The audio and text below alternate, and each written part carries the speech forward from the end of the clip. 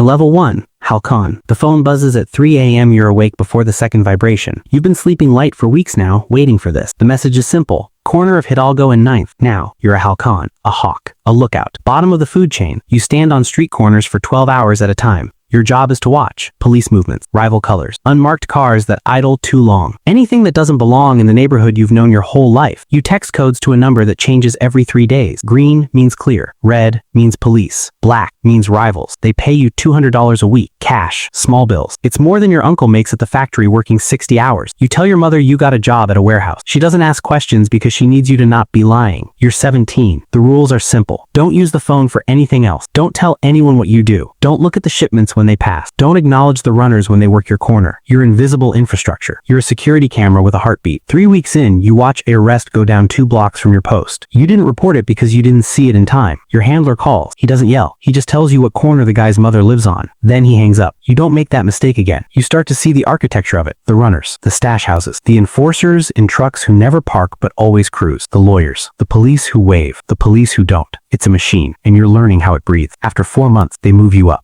Level 2, Mula. You're a mule now. You move product. They give you a backpack with 6 kilos of cocaine wrapped in coffee grounds and vacuum-sealed plastic. Street value around $180,000. You carry it on a bus from Culiacan to Guadalajara. If you get caught, you're looking at 15 years minimum. You're 18 years old. You wear headphones. You don't make eye contact. You look like every other kid with a backpack. The first time, your hands shake so badly you can barely hold your ticket. By the 5th run, you sleep through the checkpoints. They pay you $1,500 per delivery. You make 3 deliveries a month. You're making more than your teacher ever did. You learn to read police. The ones who look are the ones who don't know. The ones who don't look are the ones on the payroll. You learn which bus drivers work for the plaza. You learn which routes are clean and which ones require a phone call an hour before departure. You buy your mother a new stove. You tell her you got a promotion. One night, the pickup doesn't show. You're standing in a Pemex parking lot at midnight with 6 kilos and no instructions. You don't panic. You find a motel. You pay cash for 3 nights up front. You wait. They finally call 38 hours later. Different location, different contact. They were testing you. The handler who picks up the package looks at you differently now. You didn't run, he says. You didn't try to sell it. You didn't call a dozen times like a scared little bitch. 2 weeks later, they offer you a new position. Level 3, Estaca. You carry a gun now.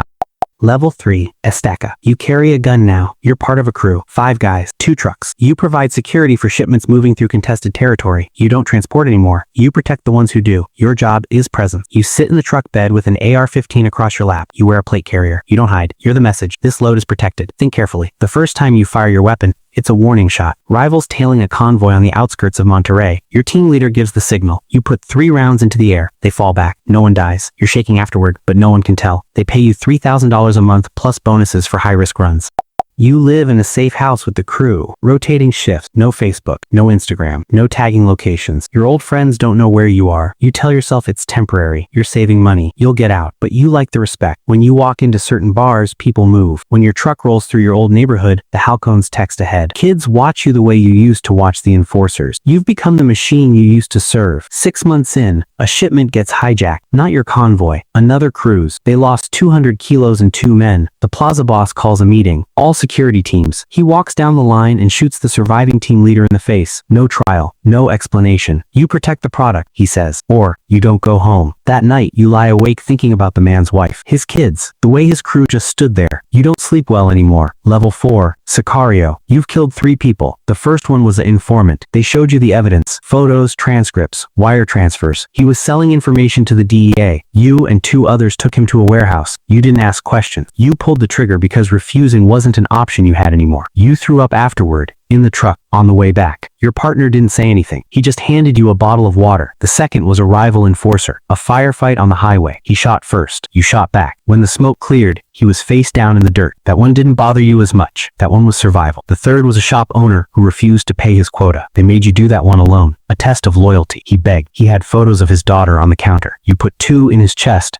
and walked out. You don't throw up anymore. They pay you $5,000 a month. You have an apartment now, a car, a girlfriend who doesn't ask what you do. You give your mother $2,000 every month. She stopped asking where it comes from. You're 22 years old, and you've stopped imagining a future that doesn't end in prison or a shallow grave. The nightmares come in cycles, sometimes every night for a week, sometimes not for a month. You drink more than you should. You've tried church twice. It didn't take. You're good at the work. Efficient, reliable, cold, when you need to be. The bosses notice. You get assigned to higher value targets. Politicians who don't stay bought. Journalists who write the wrong articles. Rival lieutenants. You're building a reputation. One of the older sicarios tells you, the ones who survive aren't the best shooters. They're the ones who don't hesitate, don't think, don't feel. You do the work and you move on. You're trying. Level 5. Jeff DePlaza. You run a territory now. 12 municipalities. Population 340,000. Every kilo that moves through your plaza, you get a cut. Every business that pays protection, you get a percentage. Every shipment, every stash house, every halcon and mullah in Sicario, they answer to you. You clear $80,000 a month. You don't pull triggers anymore. You give orders. You sit in restaurants that close to the public when you arrive. You have 6 bodyguards. You carry a gold-plated .45 you've never fired. You manage relationships. The police chief meets you every Tuesday. You hand him an envelope with $15,000. He tells you about DEA operations, military deployments,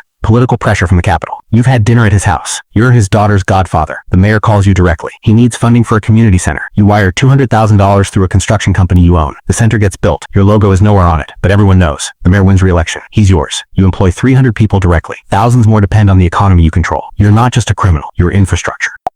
But the job is crisis management. A rival cartel pushes into the northern hill. You deploy 40 men. 3 days of firefight. 12 dead. You hold the line, but it costs you a profitable route. You execute 2 of your own men for cowardice. A shipment disappeared. $2 million in product. You have 72 hours to find it or answer to the regional boss. You don't sleep. You interrogate everyone in the chain. You find it in a warehouse your own lieutenant was skimming. You make his death last 6 hours. You send the video up the chain. Message received. You handle your business.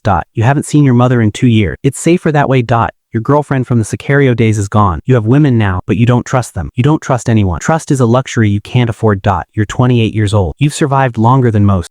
But the job is crisis management. A rival cartel pushes into the northern hill. You deploy 40 men. 3 days of firefight. 12 dead. You hold the line, but it costs you a profitable route. You execute 2 of your own men for cowardice. A shipment disappeared. $2 million in product. You have 72 hours to find it or answer to the regional boss. You don't sleep. You interrogate everyone in the chain. You find it in a warehouse your own lieutenant was skimming. You make his death last 6 hours. You send the video up the chain. Message received. You handle your business. You haven't seen your mother in 2 years. It's safer that way. Your girlfriend from the Sicario days is gone. You have women now, but you don't trust them. You don't trust anyone. Trust is a luxury you can't afford. You're 28 years old. You've survived longer than most. # level 6. Teniente. Your regional command now. You oversee 5 plazas. You report directly to the cartel's inner circle. You operate from a compound in the mountains. 30-foot walls. Watchtowers. A private army of 150 men.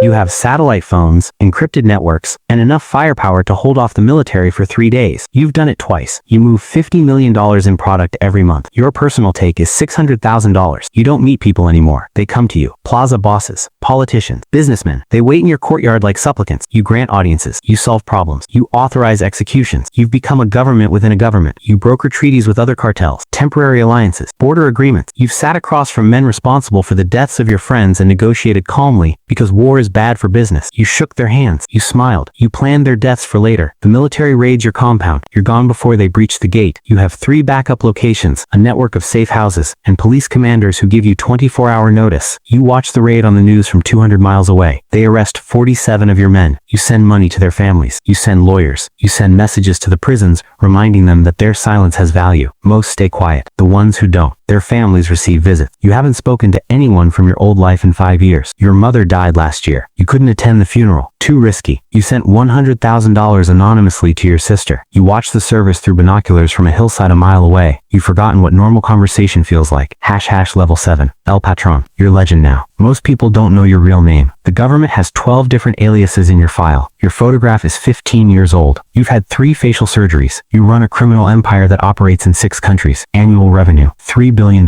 You employ tens of thousands. You have politicians, generals, and police chiefs on payroll from Mexico City to Bogota. You're worth $800 million personally. You live in a ranch that doesn't exist on any map. You move every 6 weeks. You've been to prison twice and walked out both times. Once through a tunnel, once through the front door after a judge's family received a very persuasive visit. You don't use phones. You use couriers. You don't send emails. You speak in person or not at all. You've survived this long because you're a ghost. The US has a $10 million bounty on you. The Mexican government officially denies you exist while simultaneously negotiating with your lawyers. You've met with presidential candidates. You've funded campaigns. You've toppled governors who became inconvenient. You've had journalists killed and then attended vigils in their honor, hidden in the crowd, watching their families weep. You don't feel much anymore.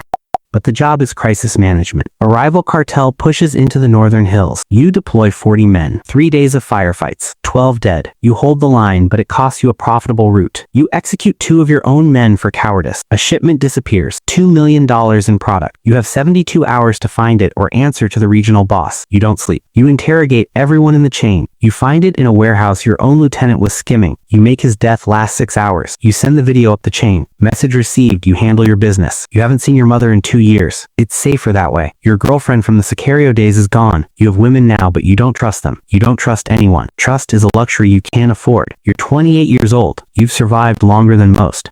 # level 6. Teniente. Your regional command now. You oversee 5 plazas. You report directly to the cartel's inner circle. You operate from a compound in the mountains. 30-foot walls. Watchtowers. A private army of 150 men. You have satellite phones, encrypted networks, and enough firepower to hold off the military for 3 days. You've done it twice. You move $50 million in product every month. Your personal take is $600,000. You don't meet people anymore. They come to you. Plaza bosses, politicians, businessmen. They wait in your courtyard like supplicants. You grant audiences. You solve problems. You authorize executions. You've become a government within a government. You broker treaties with other cartels, temporary alliances, border agreements. You've sat across from men responsible for the deaths of your friends and negotiated calmly because war is bad for business. You shook their hands. You smiled. You plan their deaths for later. The military raids your compound. You're gone before they breach the gate. You have 3 backup locations, a network of safe houses, and police commanders who give you 24-hour notice. You watch the raid on the news from 200 miles away. They arrest 47 of your men. You send money to their families. You send lawyers. You send messages to the prisons reminding them that their silence has value. Most stay quiet. The ones who don't, their families receive visits. You haven't spoken to anyone from your old life in 5 years. Your mother died last year. You couldn't attend the funeral. Too risky. You sent $100,000 anonymously to your sister. You watched the service through binoculars from a hillside a mile away. You've forgotten what normal conversation feels like. # level 7. El Patron. You're a legend now. Most people don't know your real name. The government has 12 different aliases in your file. Your photograph is 15 years old. You've had 3 facial surgeries. You run a criminal empire that operates in 6 countries. Annual revenue, $3 billion.